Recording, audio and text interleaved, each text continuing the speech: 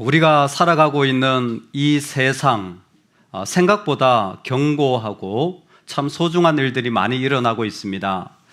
그래서 8년 전에 유엔은 Sustainable Development Goal이라고 해서 SDG, 소문자 S, 17개의 인류가 나아가야 될 방향을 발표하였습니다.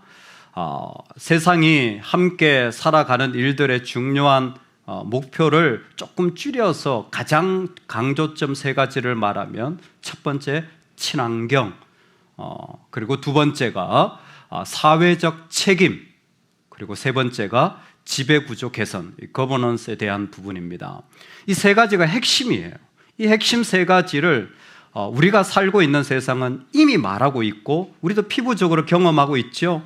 친환경, 이게 얼마나 강조되었는지, 수출을 할 때 우리 자동차 배기량이 이제는 상당히 높아져서 어느 정도 되지 않으면 무역도 되어지지 않는 게 실제로 일어나고 있습니다. 두 번째, 사회적 책임. 내가 부강하고 내가 많이 가졌다고 해서 나만 가지고 있다면 그 나라하고는 거래하지 않는 일들이 일어나고 있습니다. 많이 가졌느냐? 많이 베풀어야 된다라는 거죠. 자본주의 4.0이라는 책도 있는데 이미 이게 상식화되어 있는 기준 속에 있습니다. 그래서 많이 가졌다면 많이 베풀어야 되는데, 사실 우리나라는 지난번에 우리나라 경제 순위가 7위라고 했는데 사실 이렇게 나눠주는 부분에 있어서는 50이 바뀝니다. 의외로 많은 분들이 외국에 어려운 일을 당했을 때 돕거나 구조하러 가면 우리도 힘든데 뭐 그렇게 멀리 가느냐, 이런 생각을 하시는 분들이 꽤 많습니다. 아니, 내 나라도 어려운데 뭐 그렇게 다른 나라 어려운 것까지 그렇게 찾아가서 뭐 돕고 보살피느냐. 이제는 구호하고 기부하지 않으면 그 나라는 세계적 무대에서 퇴출되는 시대입니다. 사실은 제일 중요한 게 지배구조 개선이에요.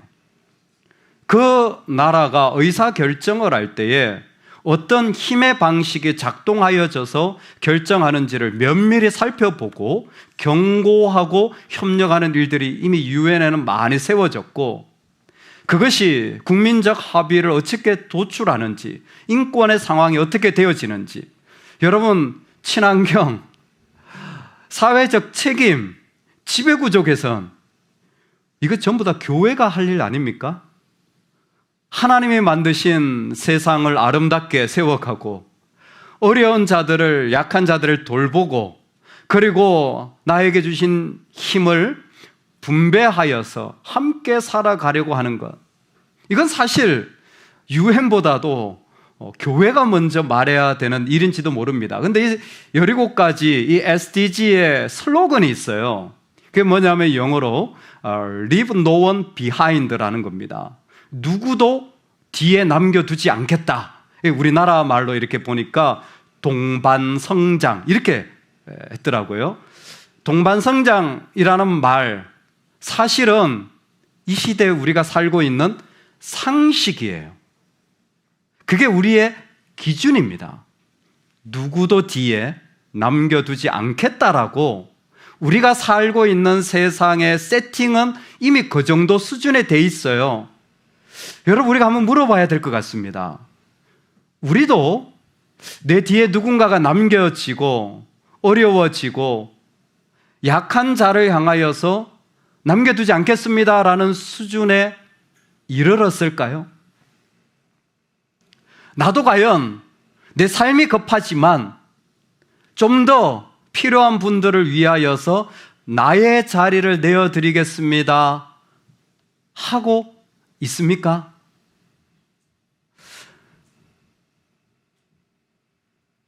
예수님께서는 이야기 하나를 오늘 말씀 가운데 우리 가운데 도전하십니다. 소위 말하는 이런 양을 찾아 나서는 목자의 이야기입니다. 들판에 나가서 목양을 하는데 양들이 다 있는 줄 알았더니 99마리는 있는데 99마리는 있는데 한 마리가 사라진 겁니다. 그때 그때에 이 목자는 이 한 마리를 위하여 기꺼이 길을 나서는 사람으로 소개되어지고 있습니다. 사실 누구보다 뒤에 남겨두지 않으려는 사람이 누구일까를 두드린다면, 여러분, 그래서 이 시대에는 기독교가 반드시 필요합니다. 이 시대에는 반드시 교회가 필요합니다. 왜냐하면 이 세상 가운데 잃어버린 자를 찾아 나서라고 격려하고 도전하는 종교는 기독교밖에 없습니다. 내가 잘되고 내가 번성하고, 아니요. 예수님은 우리에게 오늘 이야기를 통하여서 바로 우리가 이 땅 가운데 이 말씀을 인하여 그 잃어버린 자를 찾아 나서는 그때 삶에 하나님이 주시는 기쁨을 누리도록 도전하고 있는 겁니다. 저와 여러분의 삶에 어떤 약한 자, 어떤 부서진 자도 우리에게는 소중하게 보여서 함께 걸어가지게 되어지는 은혜가 있기를 소망합니다. 아멘. 이 일의 출발은 이겁니다. 여러분, 부도덕하고 더러운 돈을 버는 사람하고도 같이 있을 수 있으시겠습니까? 돈거래가 지저분해요. 그 사람 행동이 비열해요. 심지어 내 머릿속에 싫어 라는 인식이 박혔어요. 근데 그 사람하고 같이 가실 수 있으시겠습니까? 모든 세리와 죄인, 그들과 예수님은 식사를 하고 계십니다. 처음이 아니에요. 모습을 보니까 그 일을 여러 번 하셨듯 익숙한 모습이 보여집니다. 더러운 돈을 버는 사람이 세리고, 그리고 더러운 행동에서 부도덕함에서 떠나지 않은 사람이 죄인이에요. 그런 자들과 예수님은 아무렇지도 않게 식사를 나누시면서 그 사람들과 함께 교제를 나누고 있습니다. 우리가 만나는 목자는 어떤 분이냐면 이 사람이에요. 바리새인과 서기관들이 수군거려 이르되 이 사람이 죄인을 영접하고 음식을 같이 먹는다 하더라. 아멘. 목자라고 소개되어진 이 사람은 어떤 사람이냐면 죄인을 영접하고 음식을 같이 먹는, 아니 나하고 같은 부류나 성격이 잘 맞거나 친분이 있는 사람이 아니라 동관계가 지저분하고 아직도 그 일이 해결되지 않았고 그 사람의 말은 행동과 너무 달라서 신뢰할 수 없는 그러한 사람인데 여전히 같이 밥을 먹고 같은 마음으로 소중하게 여기고 있다라는 거예요. 여러분, 이게 우리가 만나는 첫 번째, 우리가 따라가고 그리고 사모해야 할 목자의 모습입니다. 상황적 접근이라는 것이 있습니다. 사람에겐 한 면만 있지 않습니다. 이면도 있고 이면도 있습니다. 여러분, 내가 본 모습이 전부는 아니에요. 좀 실망스럽더라도 또 다르게 아름답게 세워지는 모습이 있고요. 내가 보기에는 정말 이런 것밖에 없는 것처럼 보여도 아니요, 또 다르게 세워질 가능성이 있습니다. 우리 이 모습을 조금 더 확장하면 사람이 꼭 나빠서라기보다는 상황적 접근이라는 게 뭐냐면 상황이 달랐다면 그 사람과의 만남도 달라졌을 거라는 거예요. 굳이 그 상황에서 만나지 않고 다른 상황, 다른 세팅에서 만났더라면 우리는 훨씬 더 소중하고 좋은 관계로 만날 수도 있을 것이라는 것입니다. 막 갑자기 막 너무 어렵고 힘든 관계 속에서 서로가 어려운 상황 속에서 만나다 보니까 상처를 주고 힘든 이야기를 하지만 사실 내가 좀 여유가 있을 때 만났더라면, 내가 좀 생각이 달랐을 때 만났더라면 얼마나 다를지, 가까우니까 더 잘 보이지만 오히려 그 상황만 좀 달랐더라면 우리는 훨씬 더 귀하게 만났을 수도 있으리라 생각되어진다라는 게 이 상황적 접근의 이해입니다. 아마 우리도 경험하고 있을 겁니다. 이 사람을 이런 상황에서 만났을 때 저런 상황에서 만났을 때 좀 다른 거죠. 지난 주간에 제 안에 참 재미있는 일이 있었습니다. 이렇게 공부를 하러 오신 목사님들이 박사과정에서 이렇게 멘토링을 하면서 가르치는데, 저는 똑같은 사람이에요.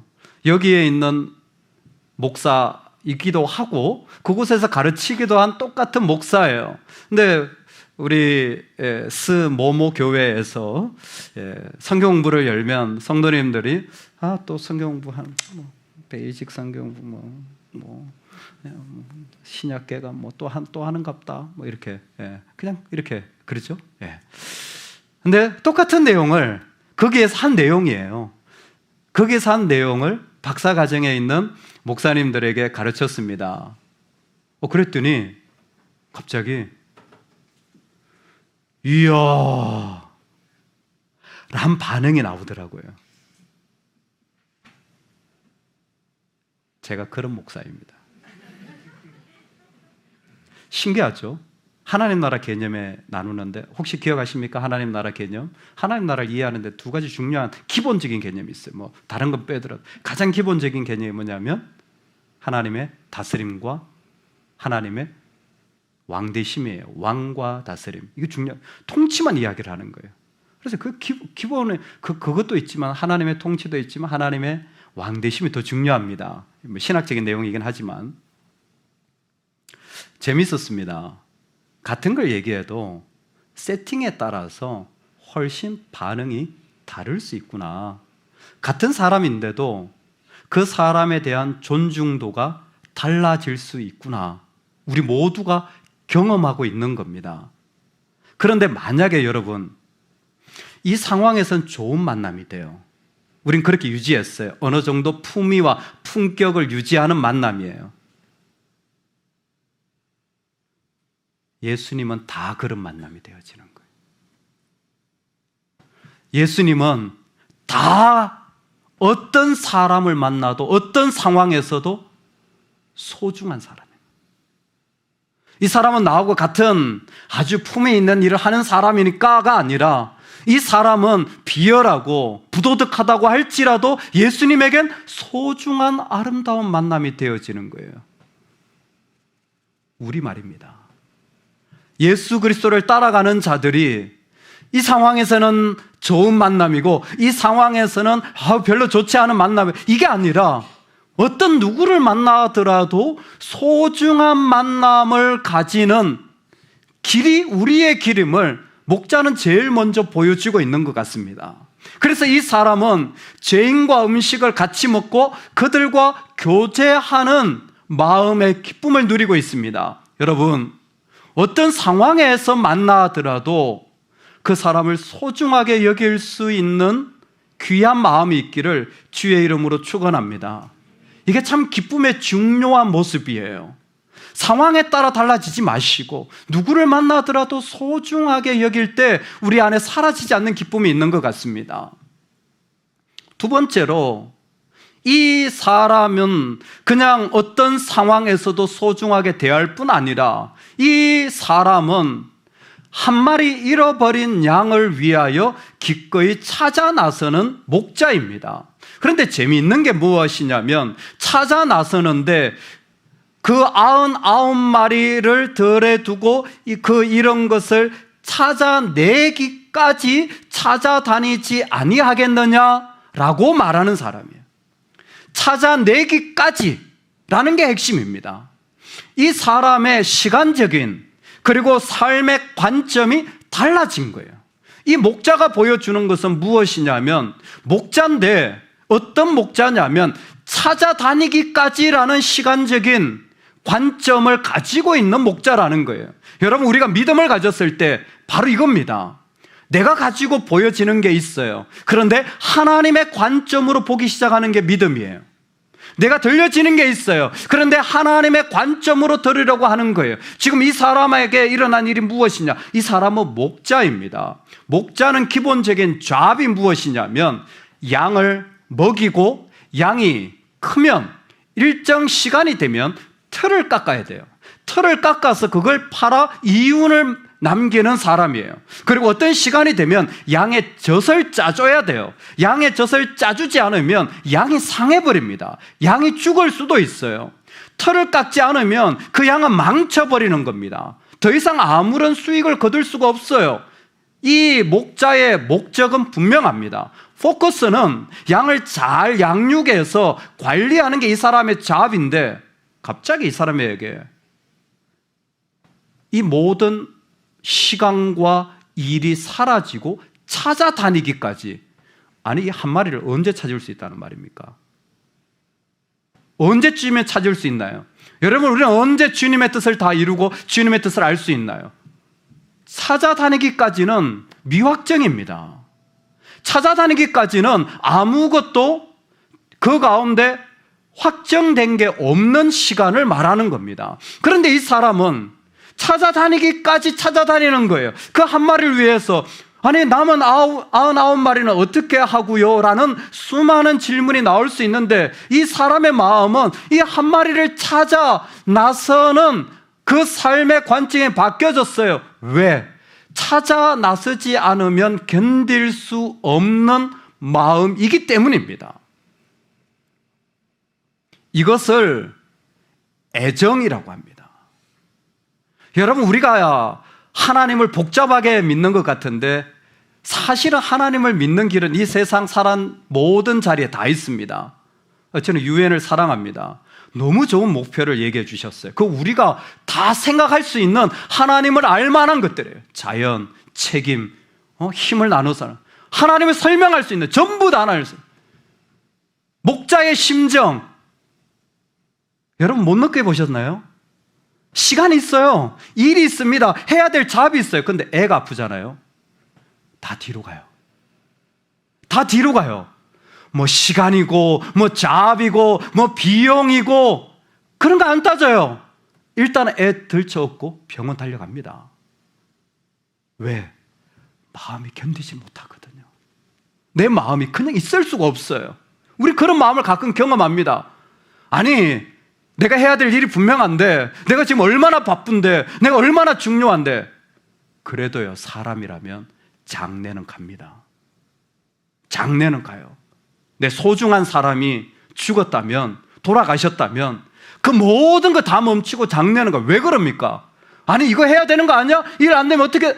아니요. 우리에게는 하나님이 주시는 그 마음을 느끼도록 살아가도록 곳곳에 하나님이 주신 이 affection이라는 애정이라는 게 있어요. 그래서 조나단 에드워즈가 너무 잘 설명했어요. 우리에게는 감정이라는 게 있다. 예, 모두가 느끼죠. 좋고 싫고 뭐 힘들고 짜증나고 감사하고 즐겁고 감정이라는 거 있지만 하나님의 백성들에게 뭐가 있냐면 affection이라는 그분의 애정이라고 설명했어요. 이게 뭐 다르게 설명할 수 번역이 안 되는 그런 단어인 것 같습니다. 그 안에 불타는 마음, 애끓는 마음을 하나님이 주시는 거예요.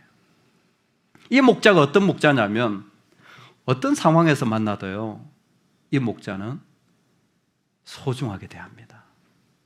그리고 이 목자는 마음에 애끓는 마음이 있어요. 파토스라고 하는 원어인데 애끓는 마음이 있어요. 그냥 만나는 게 아니라 그 마음에 너무나 귀하고 소중하게 여기는 그 애끓는 마음으로 이 양들을 대하고 있는 거예요. 그러니까 한 마리 양이라고 할지라도 관점이 달라졌어요. 찾아다니기까지 그 양을 찾아 나서는 겁니다. 인자에 온 것은 잃어버린 자를 찾아 구원하려 함이라. 이 땅에 있는 사람들의 모습을 에스겔은 이렇게 설명했습니다. 내 양떼가 모든 산과 높은 맷뿌리마다 유리되었고 내 양떼가 온 지면에 흩어졌으되 찾고 찾는 자가 없었도다.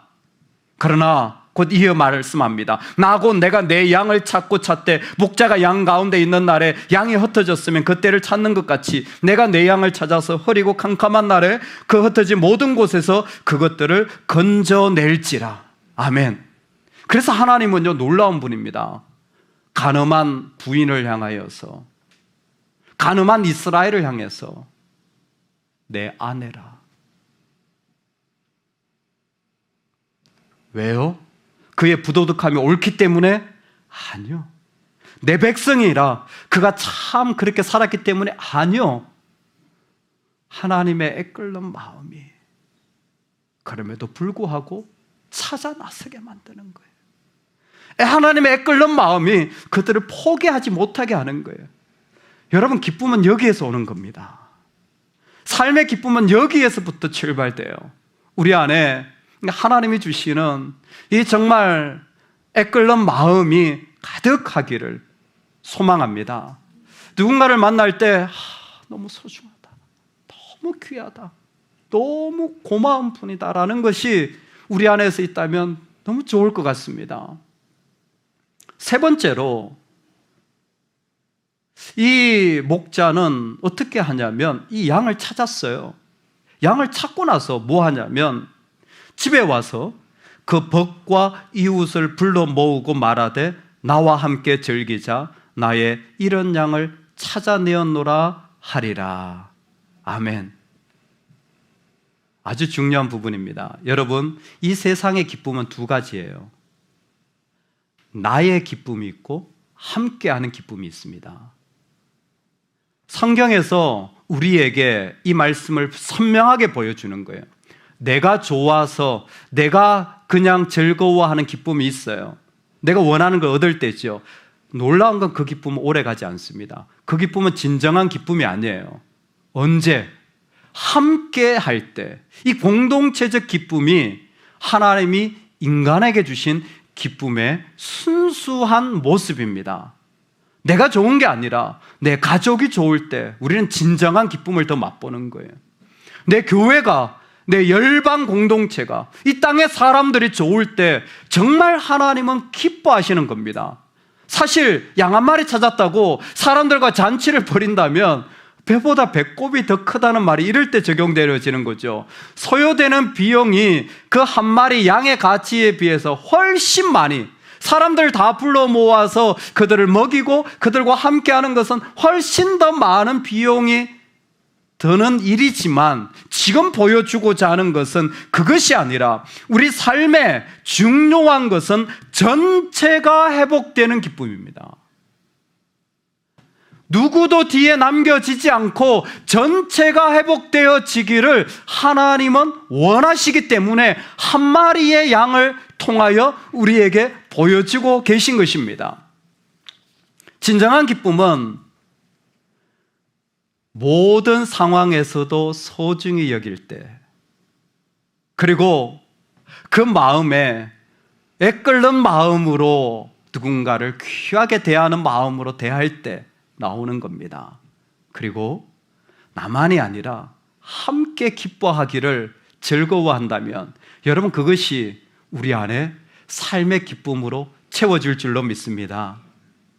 오늘 이 목자의 모습을 통하여서 저와 여러분은 두 가지 구체적인 이 힌지라고 말하죠.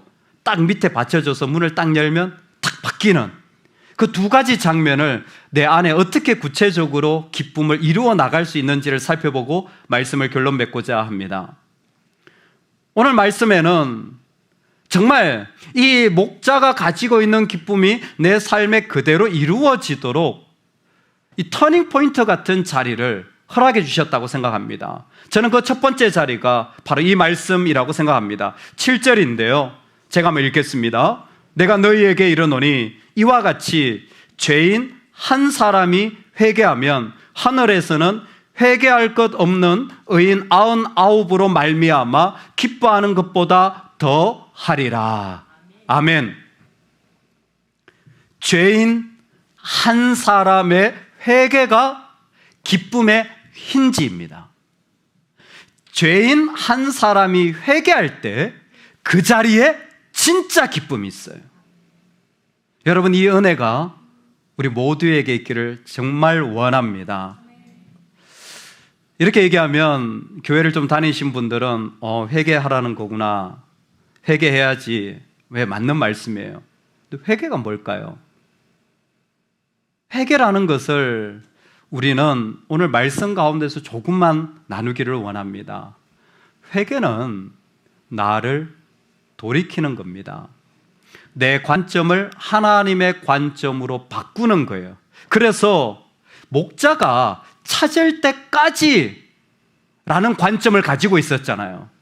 아니, 지금 양 깎아야지, 우유 젖짜야지, 그게 나의 목적이었는데, 아니요, 이 목자는 찾을 때까지라는 관점으로 바뀌어져 있었어요. 여러분, 이게 회개예요. 회개는 내 관점이 하나님의 관점으로 달라지게 되어진 것입니다. 내 관점이 하나님의 관점으로 달라지게 되므로 그냥 그렇게 찾아 나설 수밖에 없는 삶이 회개예요. 여기에서 오늘 본문을 통하여 분명하게 알 수 있는 한 가지가 있습니다. 참 좋은 이야기예요. 하나님이 한 마리 양을 소중하게 여기는구나 라는 것을 통하여 이 사람이 정말 그 소중한 마음을 가졌다면 이 사람이 해야 되는 일이 있어요. 이 사람에게 일어나는 일이 있어요. 그게 뭐냐면 99마리를 두고 가야 된다라는 겁니다. 언제 틀을 깎아야 될지, 우유를 짜야 될지 포기해야 된다라는 겁니다. 내 안에 내가 계획하고 소망했던 일들이 무너질 수도 있는, 여기에서 회개는 리스크 테이킹, 위험을 감수하는 일입니다. 여러분, 실제로 여러분이 예수 그리스도를 만난다면 이 일이 일어납니다. 내 것을 버려야 돼요. 내 죄의 습성과 내 생각과 내 마음과 태도를 버려야 돼요. 돈을 못 갚았습니까? 갚아야 돼요. 무슨 일이 있어도 내가 못 먹더라도 그 사람에게 아픔을 준 것에 대하여 엎드려서 용서를 구해야 됩니다. 아무리 자존심이 상해도 그 일 때문에 나는 살 수 없어요. 주님의 마음으로 살기 위하여 기꺼이 나를 버리는 것이 회개입니다. 99마리를 버려두고 한 마리를 위하여 찾아 나서는 목자. 이 사람에게는 사실 분명한 회개의 일이 났는데 이것이야말로 그의 기쁨이라는 거예요. 그래서 오늘날 이런 말을 합니다. 우리가 정말 예수님을 믿는다고 하는데 예수님을 믿는다라는 것을 구주를 믿는다고 고백합니다. 여러분, 구주라는 말이 무슨 말인 줄 아세요? 구주, 구원자이시요 주인이라는 말입니다. 영어 보면 더 분명해요. Savior and Lord입니다. 구원자이시고 주인이라는 말이에요. 그런데 많은 분들이 예수 믿고 구원은 받는데 예수님이 나의 주인 되길 원하지 않는다라는 거예요. 구원자는 원하는데 주인은 원하지 않는다라는 거예요. 혹시 우리도 그러진 않습니까? 분석하는 것 좋습니다. 그러나 위험을 무릅쓰는 자리에 있을 때 비로소 그 자리는 기쁨의 자리로 바뀌어지게 되어집니다. 여러분, 주님 쪽으로 걸어가시면 반드시 주님이 책임져 주십니다. 주님이 기뻐하시는 방향으로 나아가시면 반드시 그분이 우리를 인도하여 주십니다. 왜냐하면 우리의 주님은 살아계시기 때문입니다. 그래서 내가 날마다 지금도 회개해야 되는 삶이 있을 때마다 마음에 부담이 있고 마음에 도전이 되어지는 어려움들이 있습니까? 꼭 주님 쪽으로, 주님 기뻐하시는 자리로 넘어지실 수 있기를 소망합니다. 주님이 원하시는 방향으로 자빠지시기를 소망합니다. 그럴 때에 그 자리는 세상 누구도 경험하지 못한 기쁨의 자리가 되어지는 거예요. 말할 수 없는 기쁨이 바로 여기에 있어요. 죄인 한 사람이 회개할 때 오는 기쁨이 우리에게 있는 기쁨이에요. 내가 어떤 어려움이 있더라도 주님 쪽으로 돌아서 나아갈 때에 말할 수 없는, 누구도 알지 못하는 기쁨을 하나님 그 자리에 주실 줄로 믿습니다.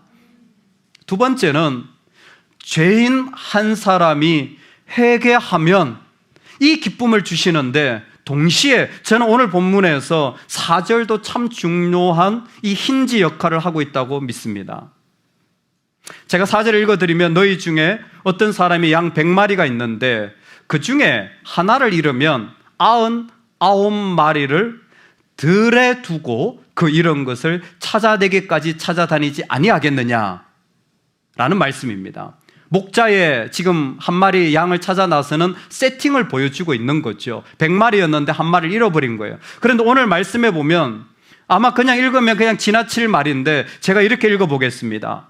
거기에 양 100마리가 있는데 그 중에 하나를 잃으면 99마리를 광야에 두고 그 잃은 것을 찾아내기까지 찾아다니지 아니하겠느냐. 좀 느낌이 다르죠. 들에 두고 광야에 두고, 사실 같은 말이에요. 엔테 에레모라는 아주 중요한 말입니다. 광야예요, 광야. 이 들판 광야예요. 지금까지는 광야가 어떤 곳이었냐면, 이스라엘 백성이 애굽에서 나와서 40년 동안 비와 바람과 어려움을 경험해야 되는 광야입니다. 예, 광야는 맞습니다. 밤에는 춥고 낮에는 덥고 먹을 것이 없고 언제나 공격받아야 되고 언제나 그곳에 지치고 떼양볕 같은 끝나지 않을 일들이, 외로움이, 그리고 누구도 나를 도와줄 수 없는 곳이 광야입니다. 그게 광야예요. 그게 바로 이 에레모라는 광야입니다. 그런데 예수님이 오시고 사복음서 어디나 마찬가지, 특히 누가복음이 중요한 게 이 광야가 바뀌어지게 되어져요. 이 광야가 어떤 곳이 되냐면 외롭고 힘들고 어려운 곳이 아니라 광야에서 외치는 자의 소리가 들려지게 되어집니다. 성령이 이끌어 광야로 들어가시게 되는 일들이 일어나게 되는 곳이 광야입니다. 그리고 지금 이 광야에서 이 목자는 잃어버린 양을 찾아 나서는 일들을 하게 되어집니다. 황량하고 심판의 광야였던 곳이 그리스도를 이 땅에 보내심으로 말미암아 이 광야가 구원의 광야가 되어진 거예요. 심판과 잃어버림, 무너짐의 장소였어요. 근데 예수 그리스도가 오자 엔테 에르모, 이곳은 구원의 들판이 되어지는 곳이 바로 이 말씀 속에 또 다르게 우리에게 주시는 누가복음 전체의 중요한 힌지라고 생각되어집니다. 여러분, 예수 그리스도를 붙잡으면 황량했던 광야도 구원의 광야가 되어지는 줄로 믿습니다. 내가 실패했고 잃어버렸고 아팠던 자리도 주님은 그곳에서, 아니야, 그곳은 내가 나의 구원을 베푸는 자리가 되어질 거야. 주님, 나는 다 망했어요. 드라크마를 잃어버렸습니다. 예, 나는 아버지의 재산을 다 탕진했습니다. 다 잃어버린 자들이 나와요. 그럴 때마다 이 광야는 선포합니다. 아니야, 예수 그리스도가 계시면 찾아지게 되고 구원이 일어나. 내 인생 다 망한 것 같아도 아니야, 예수 그리스도가 있다면 너는 구원의 광야를 경험하게 될 거야. 여러분, 오늘 우리에게 일어나는 일입니다. 이 광야의 놀라움이 뭔 줄 아세요? 양이 목자를 찾아 나선 게 아니에요. 양은 길을 잃어버려서 사실 어깨에 메고 왔다 그랬잖아요. 이 얘기는 뭐냐면 자기 혼자 걷지도 못하고 아마 무슨 일인지 모르지만 다쳤거나 힘이 빠졌거나 스스로 갈 수 없는 그런 상황에 목자에 의하여서 발견되어진 겁니다. 광야에 있는 여러분, 지금도 주님은 여러분을 찾아오십니다. 주님이 우리를 찾아오세요. 예, 내가 너한테 말하고 싶어. 말씀 가운데 주님의 영이신 성령을 통하여 우리한테 감동하며 목자가 찾아오시는 거예요. 그럴 때 그 목자의 음성에 마음을 열면 이 세상 어디도 맛볼 수 없는 기쁨이 그 자리가 되어지는 거예요. 나는 광야였어요. 나는 여전히 어려워요. 역시 내 몸은 부서졌어요. 그런데도 주님이 계실 때, 주님의 음성에 귀를 기울이고 나아갈 때 구원의 광야가 일어나는 것을 이 사람은 경험하게 될 줄로 믿습니다. 저와 여러분의 삶에 주님이 이 일을 이루십니다. 말씀의 결론입니다. 우리 저를 따라서 한번 해보겠습니다. 기쁨은 소중함에서 나옵니다. 여러분, 이 말씀을 다 묵상해 보니까 하나더라고요. 진정한 이 양을 메고 오는 목자의 기쁨은 어디에서부터 왔냐면 이 상황에서 만난 이 사람도 소중하게 여기는 거예요. 돈도 안 갚고 말도 심하게 하고 이랬다 저랬다 하고 부도덕하여서 아직 그 생활을 정리하지 못했고 여전히 이중인격자이고 그 실망스러운 모습이 하나도 바뀌어지지 않았지만 목자의 태도는 똑같습니다. 소중해. 뿐만 아니라 그 안에 하나님 아버지의 애타는 마음으로 함께 나아갈 때 누구도 맛보지 못한 기쁨이 있었어요. 여러분, 우리가 어떻게 회개합니까? 회개하지 못합니다. 사실 교회에서 이 말을 쉽게 하는데요, 회개하지 못합니다. 왜? 주님이 가장 소중할 때만 회개가 일어나요. 우린 철저히 가장 소중한 보물이 있을 때만 다른 것이 작게 보여지는 존재입니다. 죄인의 특징이에요. 주님이 가장 소중하게 느껴지고 고백되어지길 원합니다. 그 소중함에서 기쁨이 출발되어져요. 주님이 가장 소중하게 여기실 때 회개가 일어날 뿐만이 아니라 우리는 그 속에서 주님의 음성, 나를 여전히 또 인도하시고 또 만들어 가시는 주님을 경험하게 되어지는 거예요. 주님이 나를 여전히 새롭게 해주시는, 이때는 이게 전부였던 것처럼 보였지만 아니요, 부서진 그 모습 속에서 주님이 나를 또 만들어 가시고 또 세워가는 일들이 지금도 일어나고 있는 거예요. 왜? 주님이 나를 귀하게 여겨주시거든요.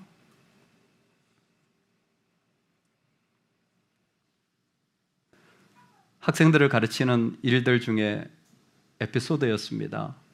네 분의 패컬티가 같이 가르치고 있는데 한 학생이 정말 어이없는 질문을 했습니다. 목사님이시지만 다. 아니, 그 앞에 앉으신 교수님들 그 자기 전공 좀 얘기해 보세요.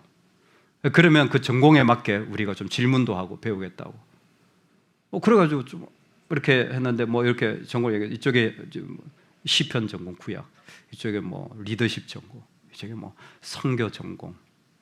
제 순서가 왔어요. 제 전공이 뭐지? 갑자기 저 당황스럽더라고요. 난 전공이 뭐지? 그래서 그냥 이렇게 얘기했습니다. 죄송한데요, 그냥 제가요 신학교 들어갈 때 선교사가 되고 싶어서 들어갔다가 1년 차에 선교지 갔다가 선교사가 없어서 선교가 되는 게 아니라 선교적 교회가 더 필요하다는 생각을 가지고 선교적 교회를 섬기려는 마음으로 신학교를 다니다가 하나님 저한테 공부에 대한 마음을 주셔가지고 유학을 가게 되었는데 신약학을 공부해서 저는 석사학위를 신약학을 했습니다. 근데 그때 교수님이 저를 좀 잘 봐주셔가지고 그분이 저한테 박사를 주고 영국에 같이 가자 그래가지고 그렇게 마음을 먹고 준비를 하다가 하나님이 느닷없이 개척의 마음을 주셔가지고 포기하고 한국에 개척한 지 18년 된 목사입니다. 그래서 제 전공은 개척인데 개척하다가 하나님 저한테 공부에 대한 마음을 계속 주셔서 박사학위를 상담학을 했습니다. 상담학을 하는데 지금도 선교 가고 교회를 섬기고 있는데 제 전공이 뭘까요? 그랬더니 막 웃으시더라고요. 저도 모르겠어요. 그래서 제가 이렇게 대답했습니다. 하나님 필요하신 대로